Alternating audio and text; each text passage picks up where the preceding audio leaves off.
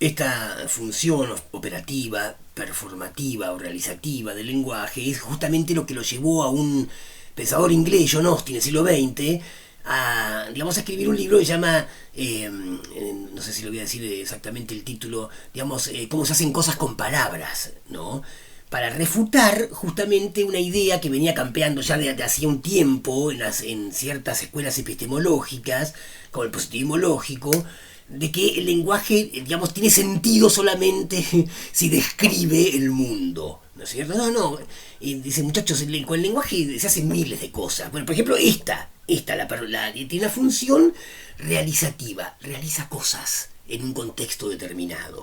Es una función interesante, importante que tengamos en cuenta, porque en el mundo jurídico se da mucho esta función performativa del lenguaje. Bueno, yo les decía, para terminar esta cuestión de la pragmática, por supuesto que las comunicaciones reales, estas funciones se dan muy mezcladas, ¿no? Estamos diferenciando una de otra, digamos, como separando la paja del trigo, pero en la comunicación real muchas veces se dan muy mezcladas estas funciones del lenguaje. Uno tiene, por ejemplo, el ejemplo de la ciencia, pareciera que la ciencia solo describe, tiene esa función de describir su objeto de conocimiento. O los diarios tienen la función de solamente informar, describir lo que ocurrió. Pero fíjense, no es lo mismo leer un diario que otro, que yo, no es lo mismo leer La Nación que Página 12.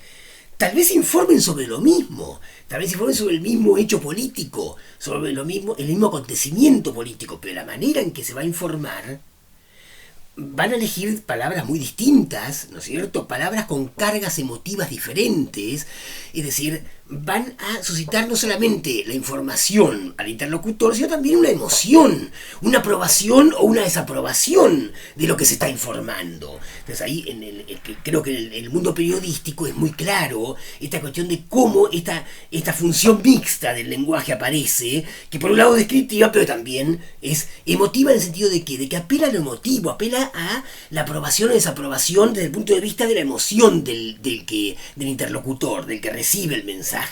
¿No es cierto? Bien, bueno, hay miles de ejemplos digamos, de la función mixta del lenguaje.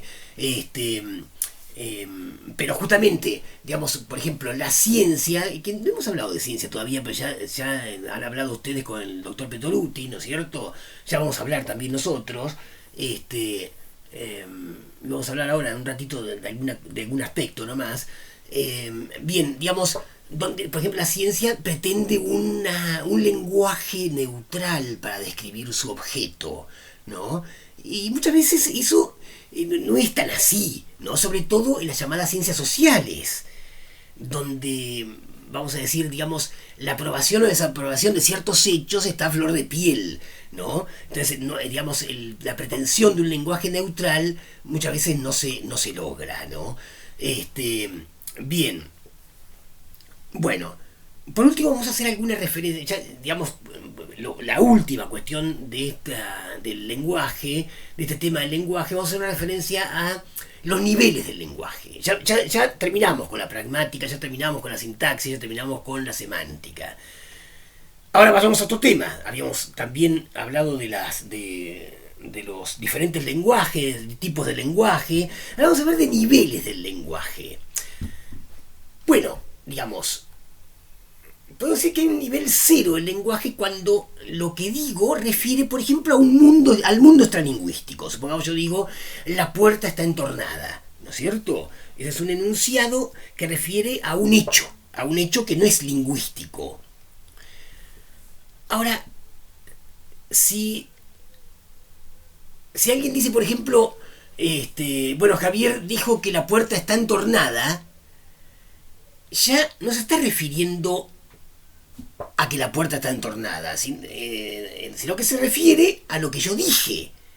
Entonces ahí hay, digamos, un metalenguaje, otro nivel del lenguaje, un nivel 1. Con, digamos, este otro enunciado, digamos, describe no un hecho, sino describe un acto lingüístico, describe, vamos a decir, al lenguaje mismo, ¿no es cierto? Describe una oración del lenguaje. Yo digo, por ejemplo, eh, el gato tiene cuatro patas, supongamos. Bueno, sigo, ahora sigo.